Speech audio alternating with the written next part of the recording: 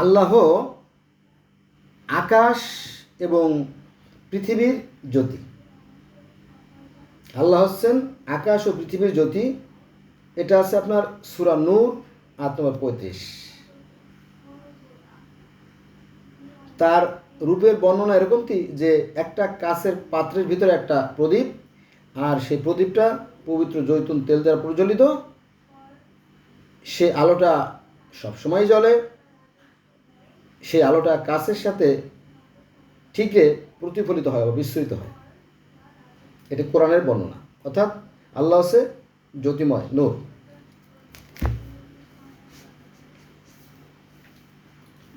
ভগবদ গীতায় বলা হয়েছে যে সৃষ্টিকর্তাকে চর্মচক্ষু দ্বারা দেখা সম্ভব না।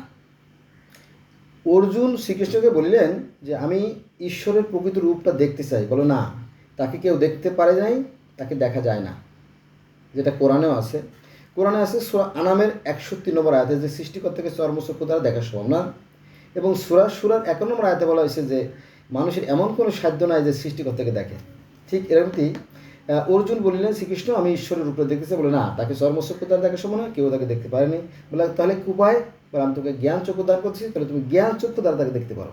তখন অর্জুনকে জ্ঞান চক্ষু দান করা হলো এবং তখন দেখলো যে শ্রীকৃষ্ণের মুখের ভিতরে গোটা বিশ্বব্রহ্মাণ্ড বিরাজমান।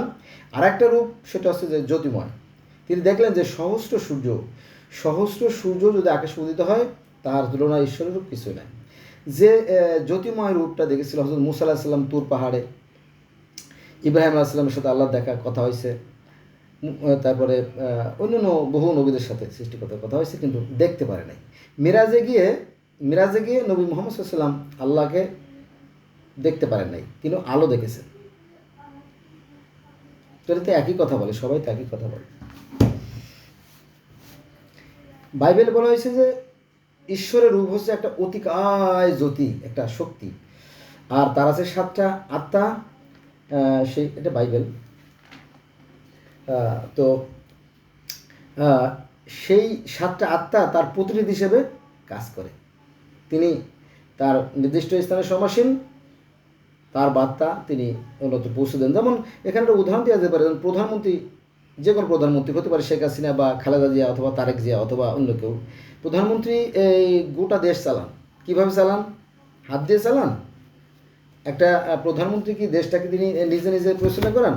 না, তার বাহিনী আছে, যেমন army, BDR, RAB, police, answer, তারপরে আপনার ওরা কারা, আপনার যে চৌকিদার, দফাদার যারা আছে না, তারা দেশটার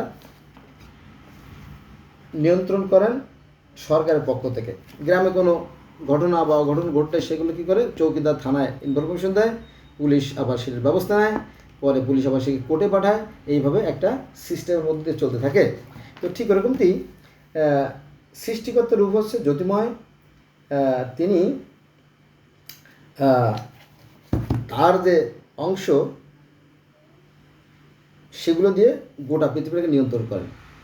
যেমন কোরআনে বলা আছে যে, কোরআনেও যা বলা আছে যে কাচের ন্যায়, কাচে যেমন আলো লেগে সেটা প্রতিফলিত হয়, বিস্তৃত হয়, এই একই কথা কাচ শব্দের কথা কোরআনেও আছে, আবার বেদেও কাচ শব্দটা আছে। যদি আপনি দেখতেন,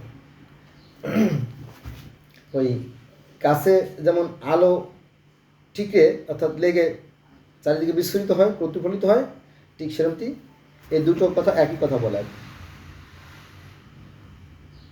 কিন্তু শতকরা 99% মানুষ জানে না, ফলে তারা ধর্ম নিয়ে বাড়াবাড়ি করে।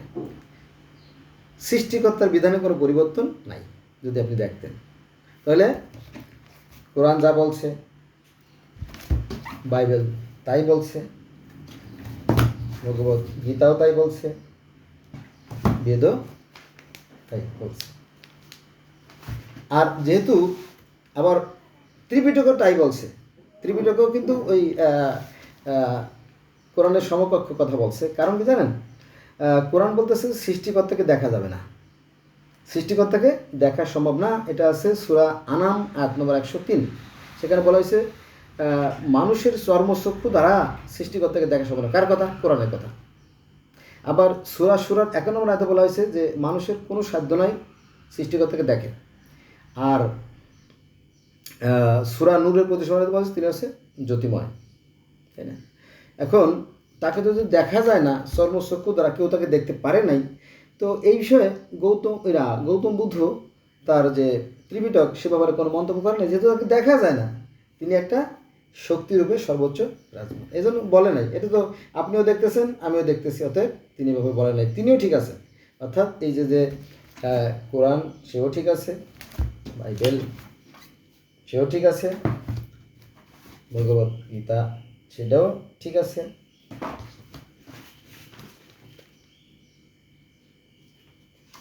সবই ঠিক আছে। এমনকি ত্রিপিটকেও বলতে ঠিক, যেহেতু তাকে দেখা যায় না, কেউ দেখতে পারে নাই, কোরআনের কথা, তাই না? অতএব আমরা ধর্ম নিয়ে বাড়াবাড়ি করবো না। তিনি আর বিজ্ঞানীরা কী বলতেছে দেখেন, বিজ্ঞানীরা বলতেছে যে এই যে বিশ্ব ব্রহ্মাণ্ড সুশৃঙ্খল ও সুনিয়ন্ত্রিত ভবিষ্যৎ আছে, নিঃসন্দেহের পিছনে একটা শক্তি আছে, সেই শক্তিকে পৃথিবীর বিভিন্ন মানুষ বিভিন্ন নামে ডাকে। খুব সুন্দর না? সুন্দর বিষয়। তাহলে বিজ্ঞানীরা কিন্তু সৃষ্টিকর্তা অস্বীকার করতেছে না, কিন্তু এর মাঝখানে কিছু ধোঁকাবাজ ধর্ম ব্যবসায়ীরা মানুষের সাথে মানুষের বিভেদ সৃষ্টি করতেছে, এদের থেকে সাবধান থাকবেন। আমরা জগতের প্রত্যেকটা মানুষ ভাই ভাই, আমাদের একদিনের সৃষ্টিকর্তা, আমাদের একটাই বিধান যে পৃথিবীর প্রত্যেকটা মানুষ সুখে আসে, দুঃখে কাঁদে, শীতে কাঁপে, প্রত্যেক আবেগ অনুভূতি এক এবং অভিন্ন। আল্লাহ হাফেজ।